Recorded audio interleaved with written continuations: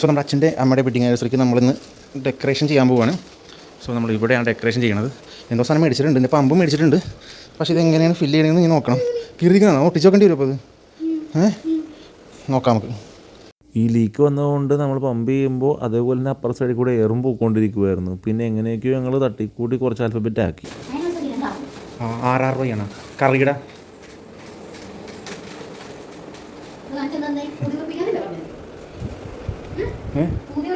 ഞാൻ വിചാരിച്ചത്. പിന്നെ ഞങ്ങൾ 3 കർട്ടൻ മേടിച്ചിട്ടുണ്ടായിരുന്നു. ഒരെണ്ണം ലുലുവിൽ മേടിച്ചത്, ബാക്കി 2 ഞങ്ങളിവിടെ ലോക്കൽ സ്റ്റോറിൽ നിന്ന് മേടിച്ചത്. ആക്ച്വലി അതാണ് കുറച്ചുകൂടെ ബെറ്റർ ആയിട്ട് തോന്നിയത്. ഈ കാണുന്ന റെഡ് ലൈൻസ് വന്നേക്കുന്നതാണ് നമ്മൾ ലോക്കലിവിടെ മേടിച്ചത്. ലുലുവിൽ നിന്ന് മേടിച്ചത് കുറച്ച് കാണുമ്പോൾ രസമുണ്ട്, പക്ഷേ അധികം അടുത്തടുത്തല്ലായിരുന്നു അതിൻ്റെ ലൈൻസ് വന്നേച്ചത്. സോ നമ്മൾ കട്ട് ചെയ്ത് അതിനെ ചെറുതാക്കുകയാണ് ചെയ്തത്.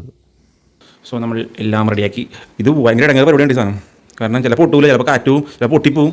ഈ സാധനത്തിൻ്റെ കാറ്റ് പോയി കുഞ്ഞുപ്പ താഴ്ത്തുനിന്ന് അടിച്ചു കൊടുക്കും, പിന്നെയും വീർപ്പിക്കും, പിന്നെയും പോകും. ഇതിൽ നല്ലത് മറ്റേ മാല പോലെ കെട്ടുന്ന സാധനമാണ്. അതാകുമ്പോഴേക്കും അനങ്ങാണ്ടിരുന്നോളൂ. ഭംഗിയുണ്ട്, പക്ഷേ റിസ്ക്കാണ്. ഹലോ, അപ്പോൾ ഇവിടെ കുറേയൊക്കെ സെറ്റാക്കി ഞങ്ങൾ വെച്ചിട്ടുണ്ട്. അച്ഛനമ്മ വരുമ്പോൾ അവരുടെ റിയാക്ഷൻ കൂടെ കാണാം. വന്നിട്ടുണ്ട്, പാർക്കിങ്ങിലുണ്ടെന്ന് പറഞ്ഞിട്ട് നോക്കാം.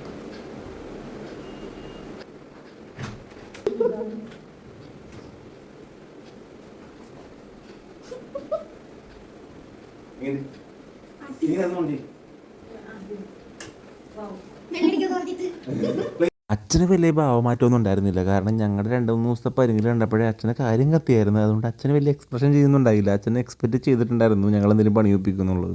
അങ്ങനെ 35ാമത്തെ വെഡ്ഡിങ് ആനിവേഴ്സറി ഞങ്ങൾ ചെറിയ രീതിയിലൊന്നും ആഘോഷിക്കുന്നത്. ഇതുവരെ അച്ഛൻ ഇവിടെ ഉണ്ടായിട്ടില്ല. ആനിവേഴ്സറി ടൈമിൽ അച്ഛൻ ഗൾഫിലായിരിക്കുള്ളൂ. സോ അങ്ങനെ ആഘോഷിച്ചിട്ടില്ല. അങ്ങനെ ഞങ്ങൾ 35ാമത്തെ ആനിവേഴ്സറിയാണ് രണ്ടുപേരുടെയും ആഘോഷിക്കുന്നത്. സോ ഭയങ്കര എക്സൈറ്റഡും ഭയങ്കര സന്തോഷവും ഉണ്ടായിരുന്നു. കാരണം അച്ഛൻ നമുക്കും വേണ്ടിയിട്ട് ഇങ്ങനെ ഒരു ചെറിയ പരിപാടി നടത്താൻ പറ്റുന്നത്. കാരണം നമ്മുടെ ബർത്ത്ഡേക്ക് നമുക്ക് വേണ്ടി അവർ ഓരോന്ന് ചെയ്തു തന്നിട്ടുണ്ട്. പക്ഷേ നമുക്ക് അവർക്ക് വേണ്ടിയിട്ടൊന്നും ചെയ്യാൻ പറ്റിയിട്ടുണ്ടായിരുന്നില്ല ഇതുവരെ. ഒരു ചെറിയൊരു പരിപാടിയാണെങ്കിലും അത് നടത്താൻ പറ്റിയതിൽ ഭയങ്കര സന്തോഷം തോന്നിയായിരുന്നു ആ സമയത്ത്.